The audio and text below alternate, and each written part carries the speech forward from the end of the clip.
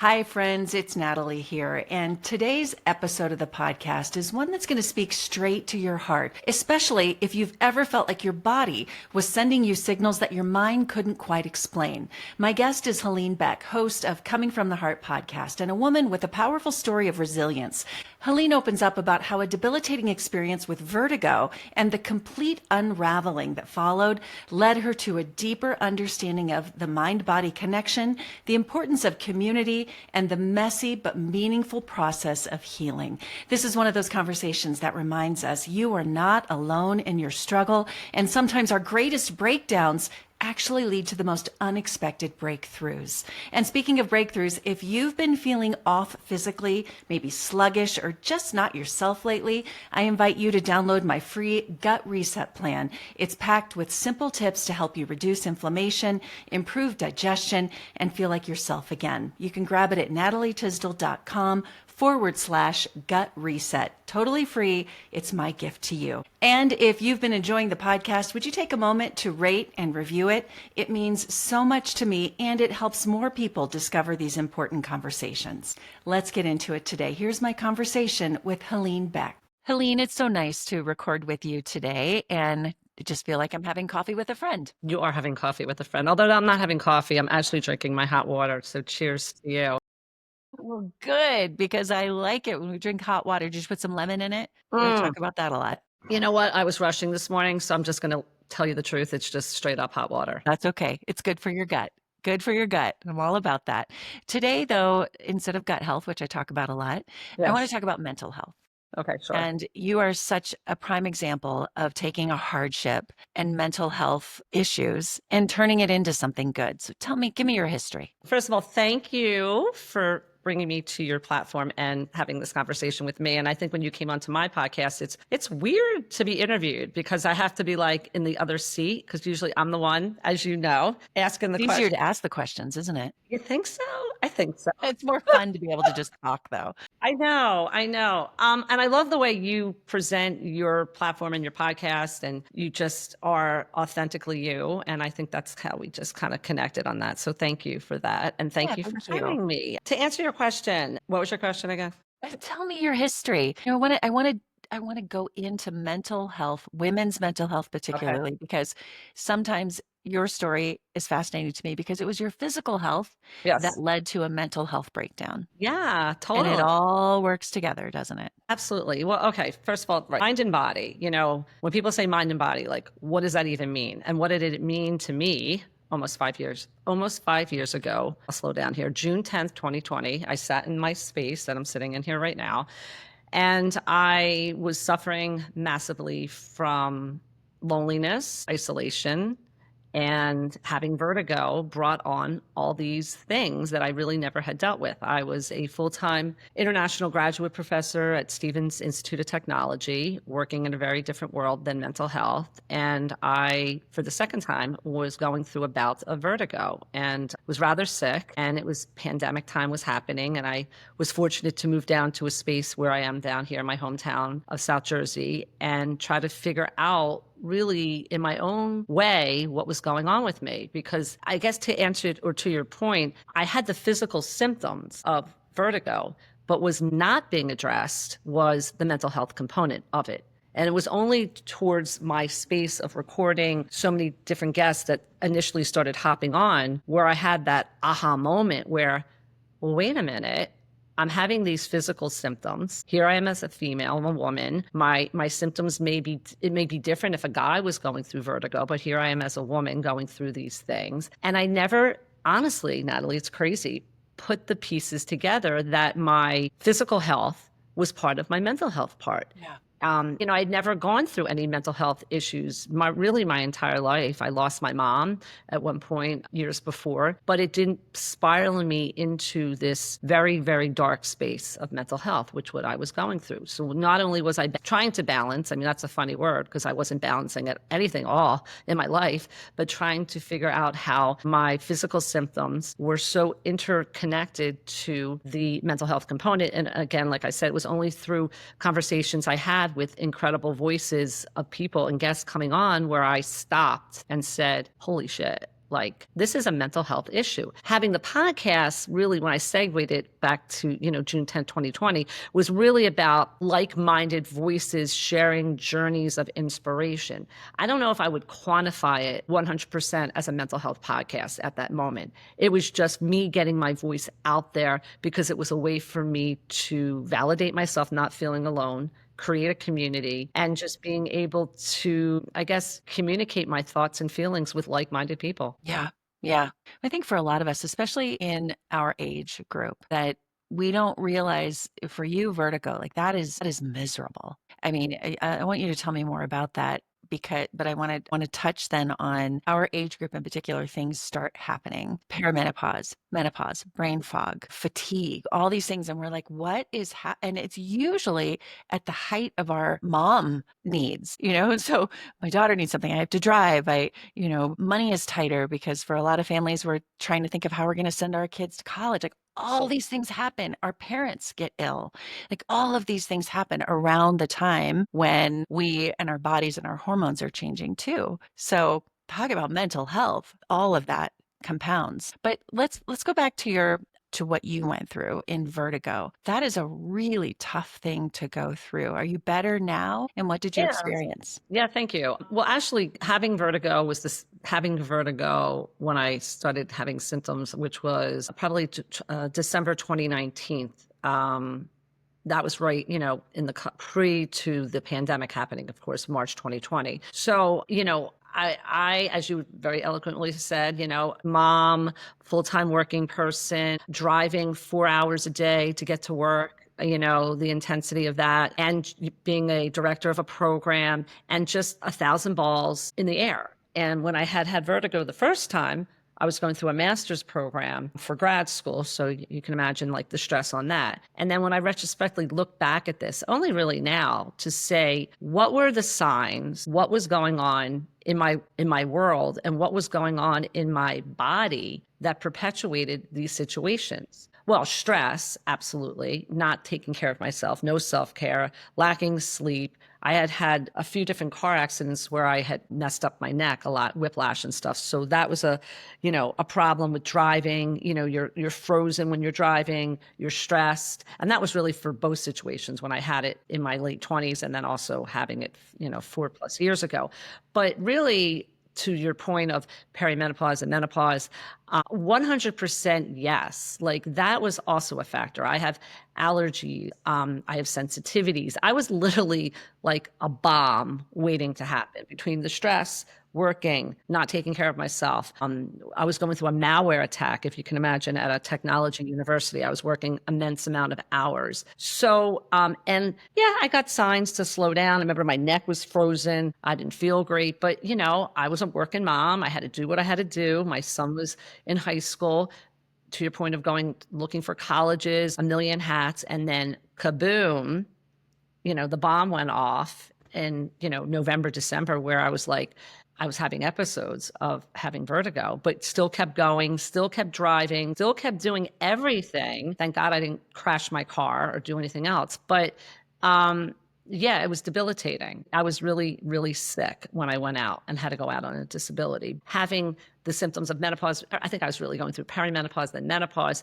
My hormones were all over the place. And that was a large, large component of what was going on with me, my body and my brain. How do you deal with vertigo? And do the doctors know, is stress and all of these things happening at the same time that cause it, or what causes it? I don't know if there's even a definitive answer to that, really. Yeah. Most Think people don't know. no. It's just like they deal with it. I think it could be a million things. It could be one thing. I think if I look back when I had it the first time, I was going to grad school. I was, I can almost feel like that something that goes off in my head when I feel excessively stressed and I just keep pushing. So I think stress had a lot to do with it. Maybe hormones at that time. I wasn't pregnant with my daughter yet. And then, how do I say this? I was in a grad program, and soon after I had vertigo, I got pregnant. And then my vertigo symptoms kind of dissipated because your body levels, your blood levels obviously change when you're going through a pregnancy.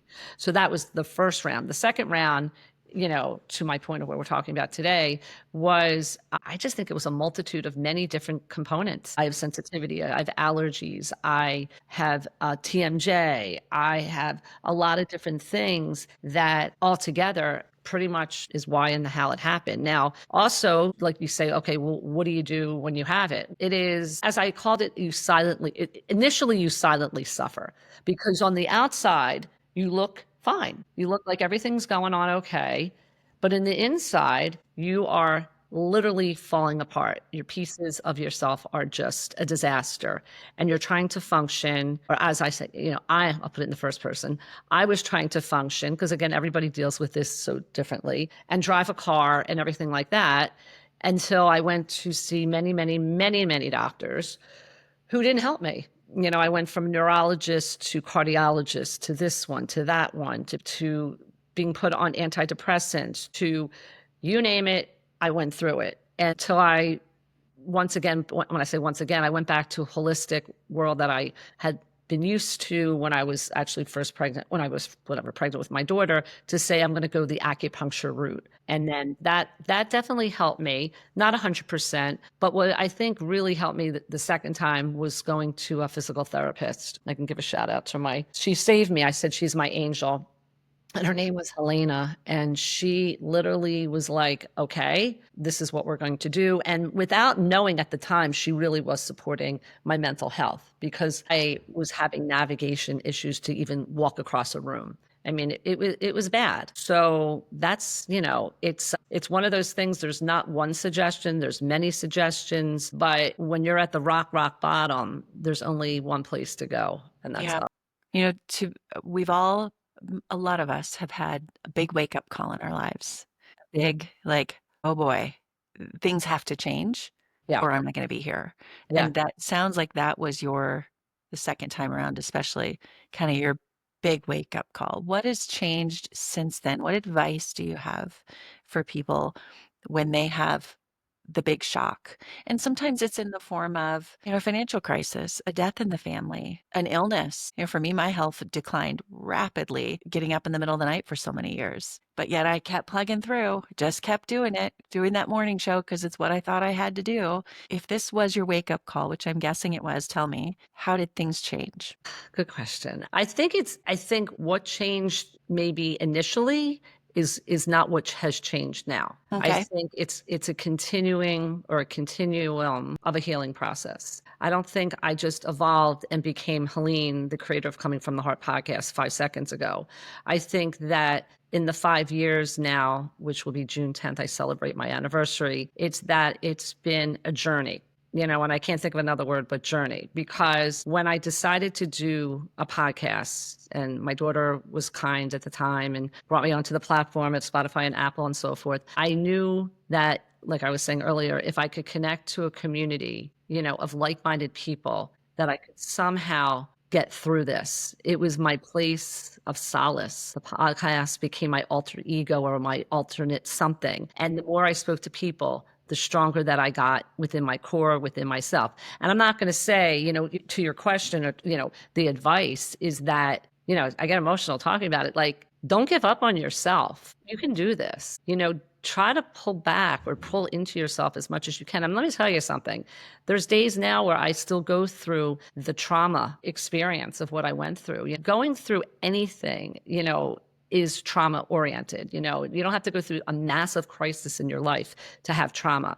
And when I went through vertigo, it was the most traumatizing experience. And I still deal with these flashes or these moments where, if I'm having an allergy moment, the seasonal changes, and I feel dizzy or I feel out of it, I'm like right back there. I also see a really good therapist that has been helping me in the last year and a half. Tap into gratitude, tap into manifestation. That's what, I said, what I've thought about initially 5 years ago and what I'm doing now is very, very different. I have a more holistic life. Like I say, manifestation, gratitude, kindness. And when I'm kind of feeling off or I'm not having the greatest moment, I pull into my core of myself and go, okay, was going to, try to find a quiet space for this. And when I even speak about it, I'm like, is this even me talking about it? But I think you have to eventually find your voice somewhere. And it's really hard. It's painfully hard. And I feel like I pushed away a lot of my immediate family and some friends because I am that type of person. Like I had to fix it on my own. I had to do it on my own. But sometimes what I've now learned is it's okay to let some people in. It's really okay because I never really wanted to do that. And it's okay to do that. It's a learning process for me. Definitely is. You touched on some really important stuff there. I want to go back. The power of community. How we are not meant to do things alone. But there's something generational, I think, at least in our age, there we have this like at least I have a really strong mom and I watched her go through some tough stuff and I'm like, I can do this. I will do this. I'll work harder than everybody else. I'll continue working even when I'm in pain. And we're not, first of all, physically, we shouldn't. But then secondly, what I mentioned that you talked about was the power of community. And part of that community that you've found now and part of that good friendships is vulnerability. Absolutely. In needing people. And it's okay to Yeah, absolutely. be vulnerable with people. But there's something about, I think, our generation or our age, we're like, I got this. I don't need help. Oh, no, of And course not. that's can really be hard on people. 100%. And I think that it's been a climb for me, being able to have a community or seek out a community and the community, my family, close friends, and really the podcast, I get emotional talking about it. The podcast is Helene. Helene is the podcast because the people that I've touched, the people that I've connected to, having you on the podcast, having so many of these great voices come on. And when people, speak their truth and they tell their journeys and I sit back and I get it. I get it because even though your story might be different than mine, it's similar to mine. It's how you got to go from where you are or where how do I say this? Let me backpedal. What people see you as you present yourself as and what you were. I am not the person that you saw 5 years ago by any means. Grown literally with this podcast. So I think, again, to the advice is that it's let me tell you something. It's hard to heal. Healing is hard, Yeah. If you break a bone, it takes a while for that to heal. It's not a flip of the switch, and I think that advice that my physical therapist told me at the time, Helena, she's like, I remember there was different exercises and I still do them. I do some visual exercises every single day. I probably am a little OCD on it, but I still do them. Works And for you. That's great.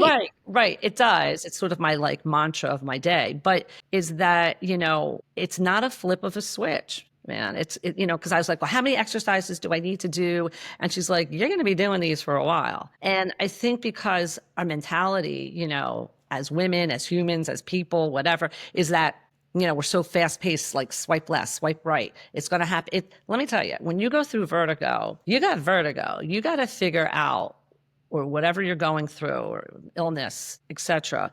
What is going to work best for you? And how are you going to get back to the life that you want to live? Because that was really my biggest trajectory is I just want to be me. I mean, I've really thought about that into this conversation. Like, I just wanted to be Helene again. Going through vertigo took everything away from me. It like ripped me from everything my independence, my everything, and having to depend upon people. Oh, I don't want to do that because that's not who I am. I do it all. I balance all the balls. And then it was like, wait a minute. But, it's really when you're going through whatever the trauma experience or whatever you're going with, it's like, I think you just want to resume you. But what I can say now is the version of me. It's like, oh, now you make me cry. The version of me that I have now is pretty incredible. I'm happy with who I am. And as horrible of the experience that you went through, it's made you the well-rounded, beautiful, inspirational person that you are right now. It's so hard to see it in the thick of our hardship that we're not where we're supposed to be until we go through that. Oh, that's so Isn't it? hard. It's crappy because like my daughter and I will talk about, she's like, I don't know if I should talk. I'm like, you can talk about it. I can handle this. Like, if you hadn't had vertigo, look, I couldn't even say the word vertigo when I was going through it. Like I couldn't even say the word. Like I mean, it's been a journey. It's been many different things to go through to be the healing process. And the healing process is still happening. It's Yeah. not over. It's continuing. That's a lifetime though. Like you said, like you're learning this journey that you're on right now. Oh, absolutely. You went through the hard thing and you don't just switch some flip. It's like we are all healing every day from things 100. that we didn't even know we needed to heal from. Yeah, because the Yeah. trauma was so traumatic, I don't think of another word, that it really takes your brain to really understand that you're okay. But like I say, where I am now, like if I hadn't gone through vertigo, I wouldn't be sitting here having this platform, having these experiences. So my question is like to myself, like, do you have to really go through shitty things to You land? kind of do. I hate to say that. Do you think? No, yeah. And it's interesting because I interviewed someone months ago and he said, you know, people think they had a perfect childhood. I don't have any issues. I don't have any trauma. I don't have, but yet they're having other issues in their marriage or somewhere. It was a marriage topic. And he said, you really didn't have the perfect childhood that you think you had. Everybody's got something they're healing from. Many people just don't know what that thing is. And, sure, some have much easier lives than others. But I mean, in my own life, and I think for a lot of people, you don't grow on the mountaintop. You're not growing. You're not getting better. You certainly do in the valley. Right. My pastor at the school where I work said once, and this really resonated, that you will see God in the fire. You'll see, Hmm. you'll walk around every day and not really see things happening. But when you're in despair, when you're in the fire, for me, that's my faith in God. He is going to show up in the fire in ways that you just never even imagined. Hmm. And to me, that's the valley. That's the, "Okay, I'm Sure. here. What do I need to learn here? How do I need to grow?" Well, I think I love what you're saying because I think that we all have, this purpose. I was just talking to my son about this, like this purpose of like, what am I doing here? And I mean, I know my purpose is what I'm doing right now. I'm supposed to be here to connect people. I'm supposed to be here to do this podcast. When when my dad passed and I went to the medium with my mom, which was that's a whole other podcast story, is that she said to me, I was going through some stuff at work and I wasn't happy and so forth. And she said to me, you're going to go through something in your life. Hello, vertigo. And this was about 3 years before. And it's going to be really, really horrible. And I'm like, no, don't tell me anything crazy. I don't want to know. And she's like, oh, no, no, you'll be okay. And what she mentioned or what she said is that you're going to have the ability to speak to the world. And I looked at her, and again, this is about 4 years before this is all going down with vertigo or anything. And I go, what do you mean? She's like, well, I really can't say much more about that. But she goes, but the world's going to know who you are. And I thought, okay. And I literally, Natalie, I put it out of my mind Of course, 100%. because it didn't apply to you at the moment. Didn't Yeah. even think about it Yeah. because I think that like in what you did in your job as a broadcaster, you wanted to share stories of inspiration and hope and beauty. And in my world, I was always in my educational world as a teacher and a professor, I was always supporting and giving. And now this is just this component of my life right now is exactly where I should be. Now, how I landed here, as we say, you had to go through the hells to get here. But I do believe in the universe, whether that's God or whatever people believe. But I believe that the universe is steering me to where I'm supposed to be going. And I'm just going with it. So, yeah. Well, thank you for your inspiration. And I love that you have your platform and the platform that you're on here with me to share with people, to give them advice in getting through tough stuff, whether it be physical, mental, financial, relationships. We all Absolutely. are going to go through it. And we have a choice when we go through it.